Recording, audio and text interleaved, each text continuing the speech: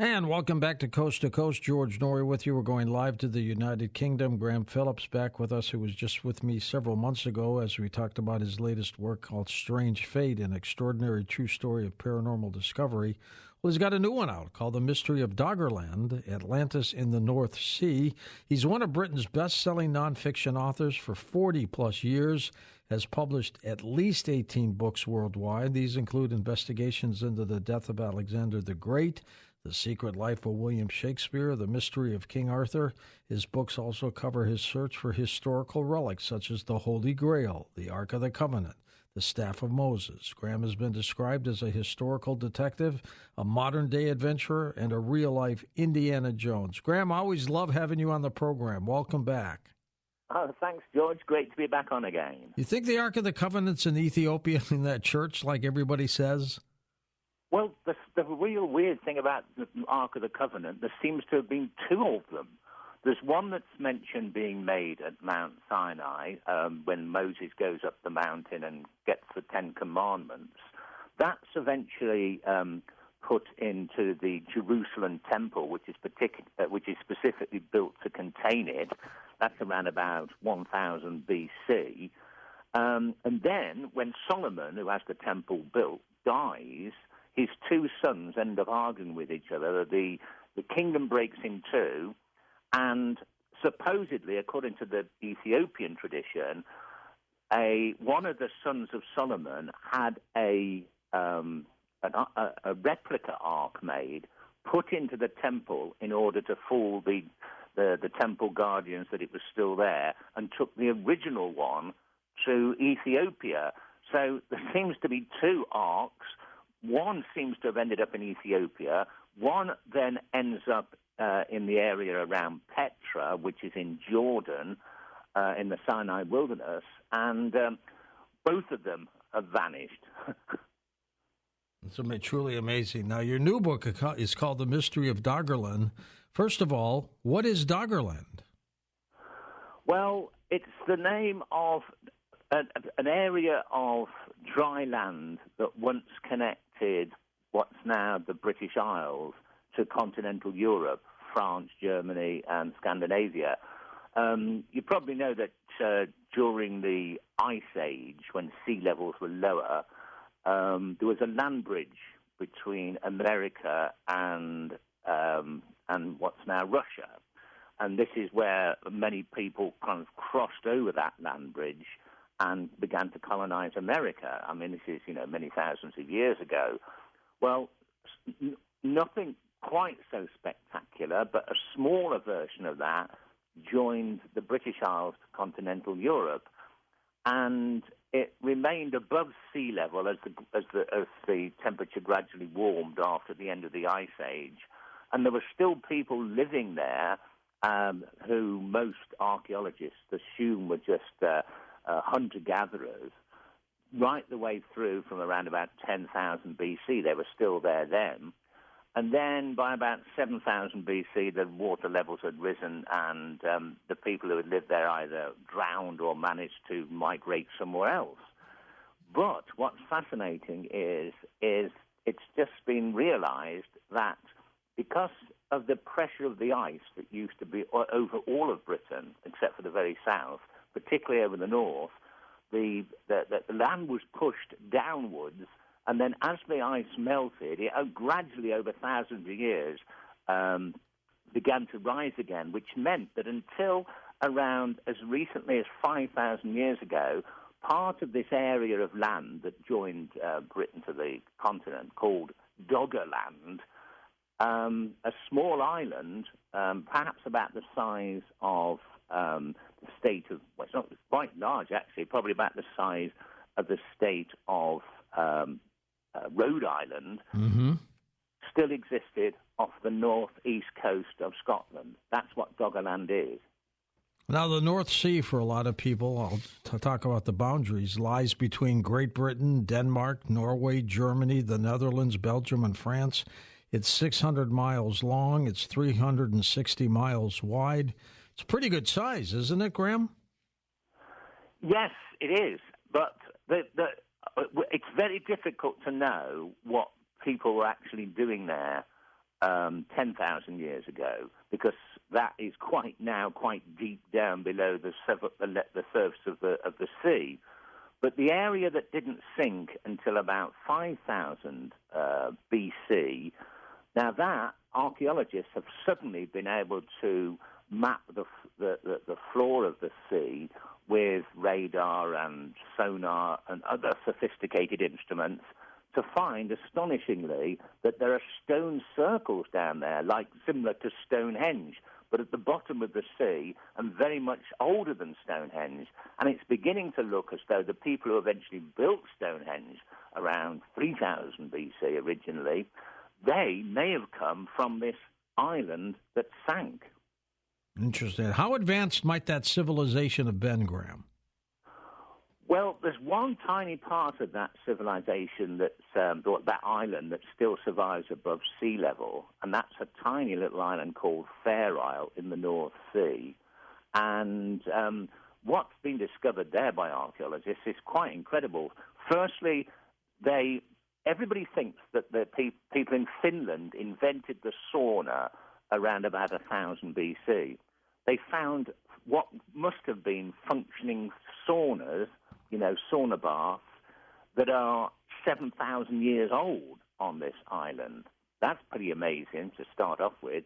Secondly, they were able to build sea wall defenses where they put lots and lots of rocks in a great big pile in a great big long embankment, and then somehow, nobody quite knows how, they managed to get heat going on those stones, maybe by burning something around them, and nobody knows quite what, to vitrify the stones. In other words, make them into a solid wall, melt stone.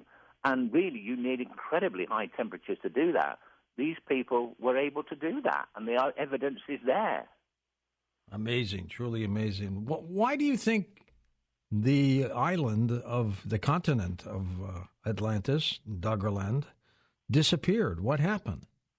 Well, it's basically what I explain in the book is that the publishers decided to call it Atlantis in the North Sea, not specifically because that was what Plato in Greek times referred to as Atlantis, but because it is one of many places throughout the world that sank beneath the waves at the end of the Ice Age. Now, most people used to think that civilization began about 5,000 years ago in the Middle East with the Sumerians and the ancient Egyptians and so on. And before that, people were just living in tiny villages. There was nothing like civilization. But it is now known throughout the world, after many years of archaeology, that there were proto-civilizations that had cities with as many as 1,000 people living in them that were built of mud bricks or even stone. I mean, this had been the discovery of places like Göbekli Tepe in Turkey, which is like 12,000 years old, it seems now. And it seems that a lot of the places that began as proto-civilizations, perhaps shortly after the end of the Ice Age, say 12,000 years ago, were all along the coast, and the rising sea levels they were sunk beneath the waves. So I looked throughout the world and found there was many different places where there were traditions of and archaeological discoveries of ancient civilizations similar to Plato's descriptions of Atlantis. So there may have been many mini Atlantis all over the world. Yeah, South America, North America, Europe, China, India, you name it. They've all got their legends of the same kind of thing. What happened to the inhabitants of most of these places? Were they able to get away? Well, in some places, the sea levels rose gradually over a period of many hundreds of years. They migrated, hopefully, if I'm right, the people who built Stonehenge had come from Doggerland. They had time to migrate. But in other places, when entire ice shelves collapsed into the sea and broke off huge parts of certain areas, like parts of Norway and parts of Newfoundland, this sent huge, great tsunamis across whole oceans and drowned people overnight. This is certainly what Atlantis that Plato describes, which was at the mouth of the Mediterranean. That seems to be what happened there. Tell us about some of the discoveries made by divers on the seabed off the north coast of Britain. Yeah, well, this is fascinating because a lot of this is still under wraps. They're not publishing a lot of what they've found at the moment because they don't want people diving out there and treasure hunting and wrecking the archaeology. But on mainland, Orkney Isles, which is at the top north of Scotland, there's a big stone circle about a good few hundred feet across. It's made of it was originally made of about 100 stones. Around it is a ditch and embankment and many other monuments around it, which has been dated as around about 4,500 to 5,000 years old. Well, they found an identical one of these on the bottom of the sea about 2 or 3 miles out from the coast. And that has been dated basically by the amount that the sea level has risen since that time as being at least 2,000 years older than what was thought to be the oldest stone circle in the British Isles on the Orkney Isles. That is truly remarkable. But why do they keep it under wraps? Well, they don't want people... It got a lot of publicity when they first discovered this a few years back. And they had people going out there, diving down, thinking they were going to find treasures. But the people that built these stone circles, and were at the time of Stonehenge, and maybe before that, weren't sort of making gold items or silver. They weren't creating things that would be treasure that you could sell to anyone. But this didn't stop people thinking there might be all sorts of things down there. So it's to stop people from destroying what they found before they can fully analyze it. How did you uncover this story, Graham? Well, I was actually at the time, I had a friend who was working on the original, the boats that were going out. Originally, when they were scanning the seabed, they weren't looking for, these were scientists, not archaeologists, they weren't looking for some ancient civilization.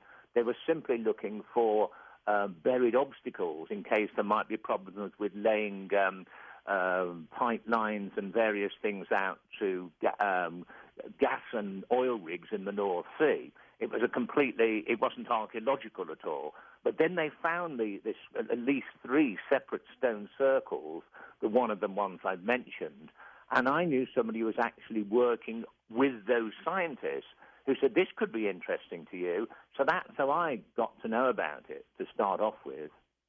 Now, what about the possibilities that the great flood of Noah might have been the catalyst for the sinking of these continents or islands?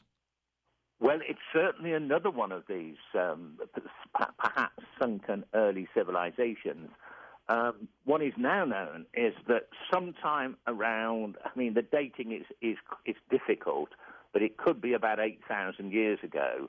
Wow. What is now, or a little bit earlier, what is now the Black Sea was in fact low-lying area, and there was this barrier of land separating the Mediterranean, the eastern end of the Mediterranean, from the Black Sea.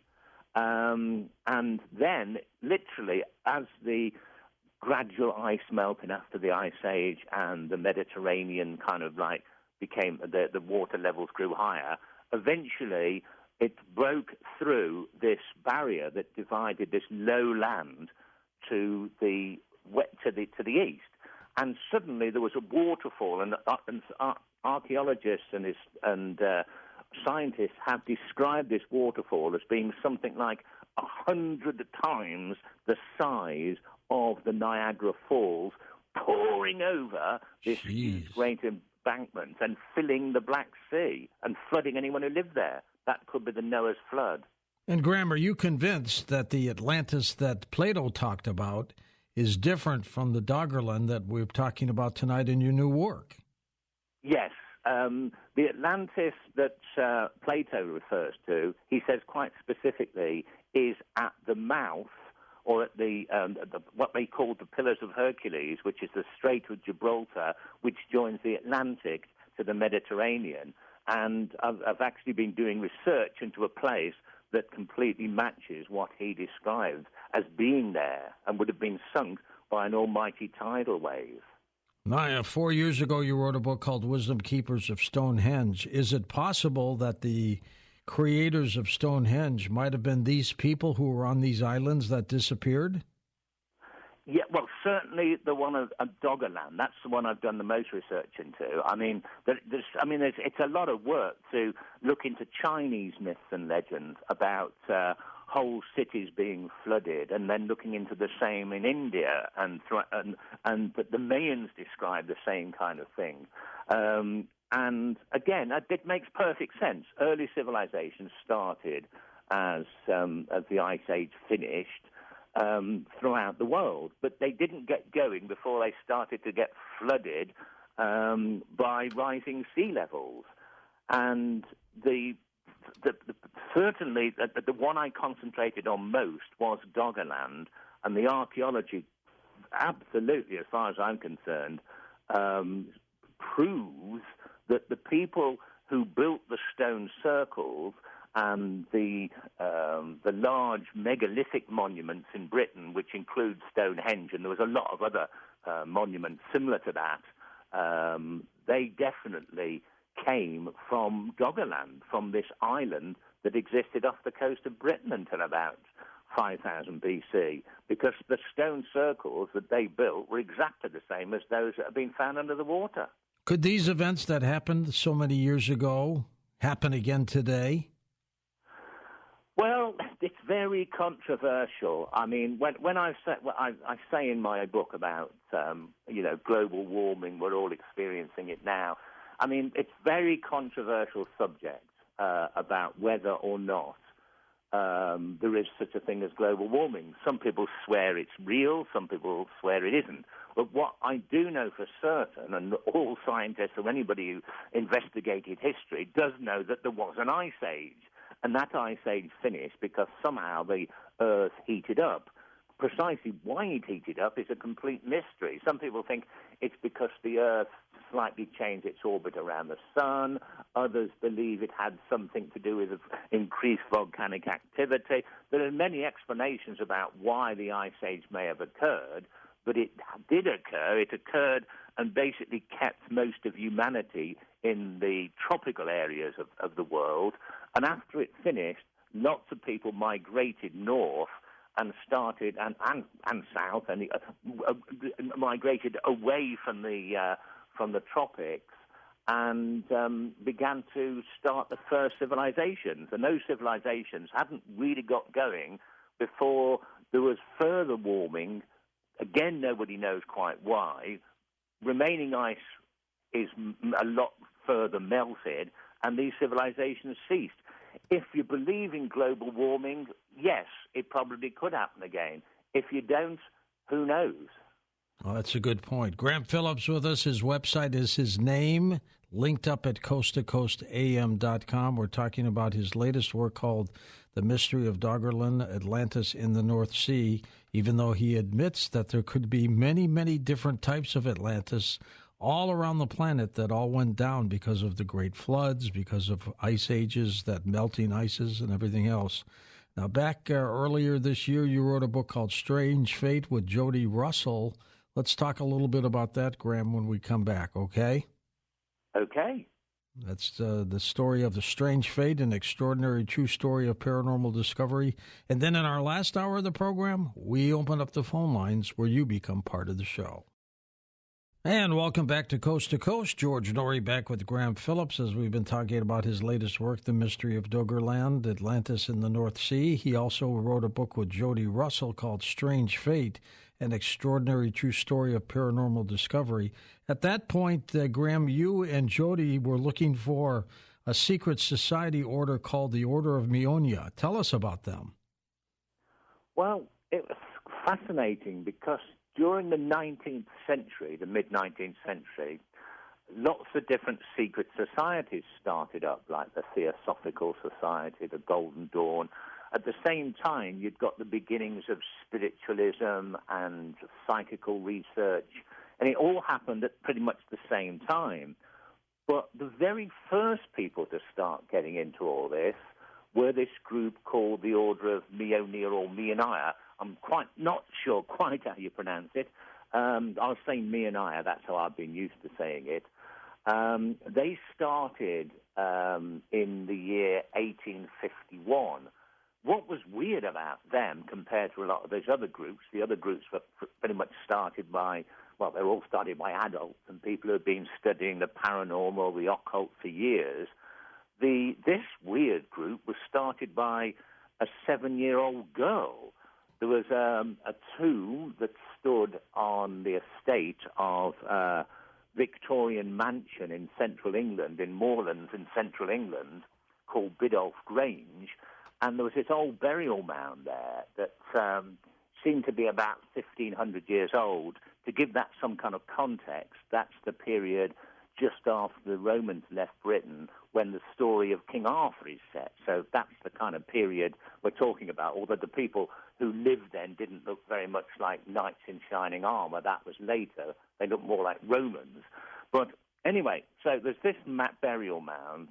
This family that owned Biddulph Grange, the area, a family called the Batemans, and their business partners, another very rich family nearby called the Heath, decided to excavate this mound. The reason being that the man, James Bateman, who owned the property, his cousin, Thomas, was an archaeologist, and he wanted to do this. While the excavation was going on, there was, people watching, there was children playing around, and the Heath families, their daughter, who was 7, called Mary Ann Heath, she suddenly went charging around the burial mound and crawled inside it before anyone else had a chance to investigate. Oh, boy. And she came out like a different person. She didn't change her personality so much, but she was suddenly able to start telling people things about themselves that they couldn't have known. In other words, she suddenly seems to have become psychic. She claimed that when she went inside this mound, she went into a strange, almost like fairyland, which, is obviously the way the little girl's mind interpreted something happening to her. But she also came out having said she'd found this small stone heart about 2 inches wide and long, carved from rose quartz, this heart-shaped stone that she'd found in this tomb. And people thought, well, this is strange. A lot of people didn't believe she'd suddenly become psychic until she then led her family and others to another old monument on the land of the estate. This was a later building, a medieval chapel, and she said to them, it was a ruin, and she said, if you dig down there, you will find a stone slab, and if you remove that stone slab, you go down underground, and you will find a crypt with things in it of great importance. And they kind of, eventually they did what she said, and she was dead right. They found in there, amongst other things, a number of Knights Templar graves, which the owners had moved to a nearby still used church, which was still consecrated ground. But most interestingly, they found a load of lead boxes, inside of which were all these papers and documents relating to ancient occult matters. That's how the Order of Meonia got going, with the inspiration of a 7.5-year-old girl. It's just weird. Now, tell us about this storm that popped down on all of you. Yeah, when Jodie and I decided, I mean, I've been looking into the mystery of this society for some years, because in 1897, the Biddulph Grange burnt down. That had been the headquarters of this group. And after that, I mean, a lot of them were getting older by this point and didn't really have the energy after the place burnt down to keep the group going, so it disbanded. And the leader of the group by that point, I mean, Mary Heath, when she grew up, this little girl, became the leader for a while, but after she died, her sister-in-law, Laura Heath, became the head of it. And then finally, a fairly famous painter, a woman by the name of Jane Morris. If you must see pre-Raphaelite paintings, quite a lot of the that she's modelled for a lot of them. So she was quite a famous person at the time. So around 1900, she was head of this group. And after the fire and a lot of their what they found or what they used, what they did, the evidence was lost in this fire. And she said that she'd hidden this Eye of Firestone, that somehow had given them some sort of power to alter fate in some way. And she said that she'd hidden this, and there was a series of paintings made of her by one of her friends, in which clues were said to be that led to where this stone was. Well, no one had ever found it. I was interested in finding out quite a lot more about this group, and there's little to find out because so much had been lost in this fire. Eventually, Jodie and I decided to just visit this tomb where this little girl had had this experience, where this Heart of the Roses, it was called, was found.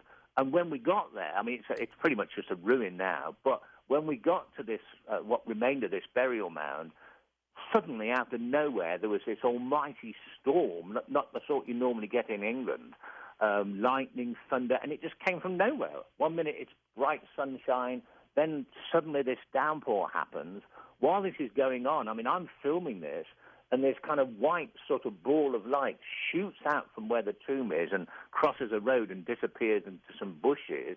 The experts have looked at that and said it seems to be ball lightning, although it might be some electrical effect onto the camera. But anyway, that happened. It lasted for 5 minutes. Then it totally cleared up.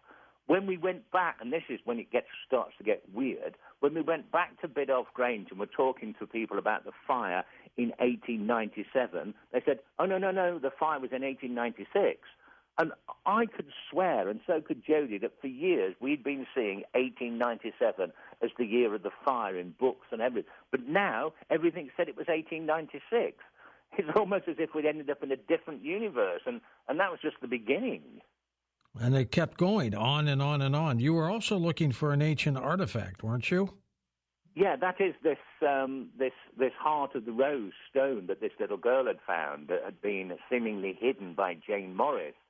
When eventually we found out where these paintings were that had been left of this woman, Jane Morris, that seemed to have the clues in them, and I won't go into the whole story about what the clues were, but what was amazing is that as we were doing this, like, people seemed to appear from nowhere and then disappear again. For example, when we were looking at one of these paintings, we were rather stuck as to what it meant. And suddenly this little old man, I mean, he literally looked very, very old in an ill-fitting black suit, appeared behind us, told us what we wanted to know, wandered into a crowd of people who were being shown around this manor house we were in. I followed him into a room that there was no way out of, and he just vanished. And this happened a couple of times. He appeared again. We tried to follow him, and we couldn't find where he went. A woman appeared from nowhere, told us something, wandered into a gallery of a museum and seemed to vanish. And the whole thing was just, well, I said the book, an extraordinary story of paranormal discovery. I mean, weird things are happening, time shifts, seemingly universe changes, people appearing from nowhere. On a couple of occasions, we managed to film what appeared to be Victorian figures, wandering through old ruins when there was nobody there. And ultimately, we found this stone. And when we found it, we managed to find this cave where it was where it had been hidden.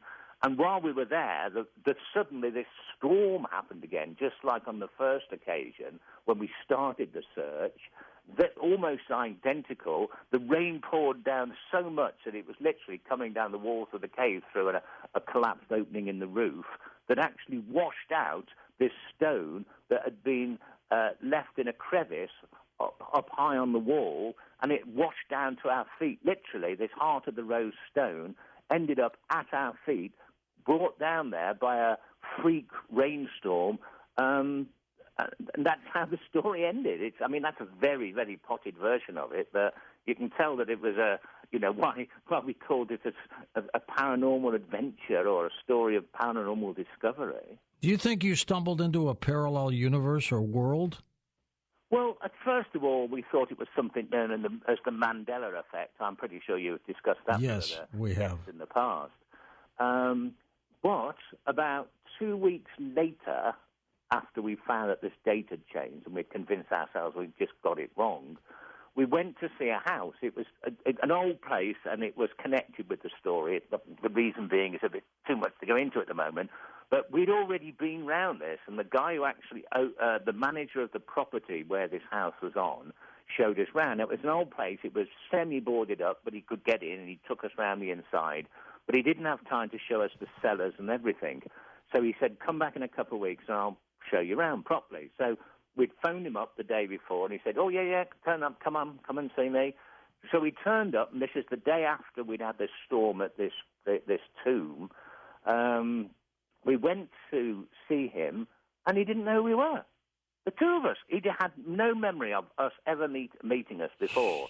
And we just thought, he's stepped outside his bounds by showing us around this place. Perhaps he shouldn't have done it. He's trying to forget about it. Cover up for it. He was quite happy to show us this building again, but when we got there, it was totally boarded up, and it was clear that no one had been inside there for years. And when I showed him video footage of him showing us around inside the place, he got really freaked out, and, well, that was it. He wouldn't talk anymore. If that's not another universe, I don't know what it is. That is strange indeed. Indeed. And then you've written, how many books do you have out? 18 plus? Well, I think I've written, I don't know, actually. I've never counted. I think it's 18 plus 2 others that I wrote under a pseudonym. So I think it's 20. The Holy Grail is supposed to be the chalice that Jesus drank out of at the Last Supper, right? That's right, yes. Where is it? Well, that particular one, I have no idea. The thing is that what's fascinating is the very earliest stories of the Holy Grail don't have it as being the cup Jesus drank out of at the Last Supper that was supposedly brought to Britain by one of his followers, Joseph of Arimathea.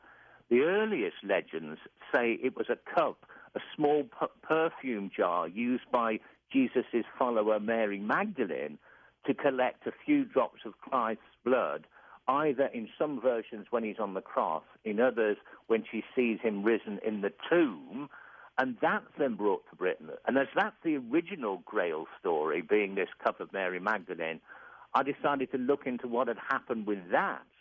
And there was a family called the Peverils who lived in a place called Whittington in near Wales, on the border between Wales and England.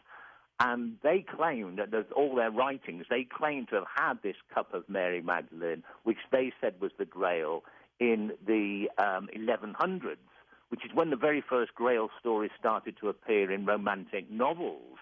So I thought, let's see what happened to this. It turned out that some guy in the mid-19th century, again, we're going back to the 1850s, a man called Thomas Wright was the actual last descendant or direct descendant of these people who had claimed to have the Grail. Because he had no children to hand it on to, he hid this thing and left a series of clues to where it was, including this big stained glass window he had put in this church. And I followed these clues and eventually discovered where it had been hidden in an old statue, but it had been found by some workmen in the 1920s whose family still had it in their loft, in their attic. So it turned out to be like this small egg cup-shaped green alabaster stone cup. I took it to the British Museum, and they immediately identified it as a Roman-style scent jar, perhaps 2,000 years old. Jeez. And the alabaster it was made from came from the area of Palestine. So it was the right period. I mean, whether this cup really did belong to Mary Magdalene and started the whole Grail legend, I don't know. But basically, the people who owned this really didn't think it was worth anything. They didn't have any interest in keeping it. They let me have it, and I've got it in a bank vault at the moment. That's amazing. Where do people get your books, Graham? Amazon? Well, the Strange Fate only available on Amazon, but Strange Fate on Amazon. All the rest of them from the publishers, which is Inner Traditions, but my website is grahamphillips.net. If you just go there, there's the links to everything you need to know. All right, we're going to come back in a moment, Graham, and take phone calls with you right here on Coast to Coast AM. You've heard what we've been talking about, so jump aboard and ask him a question.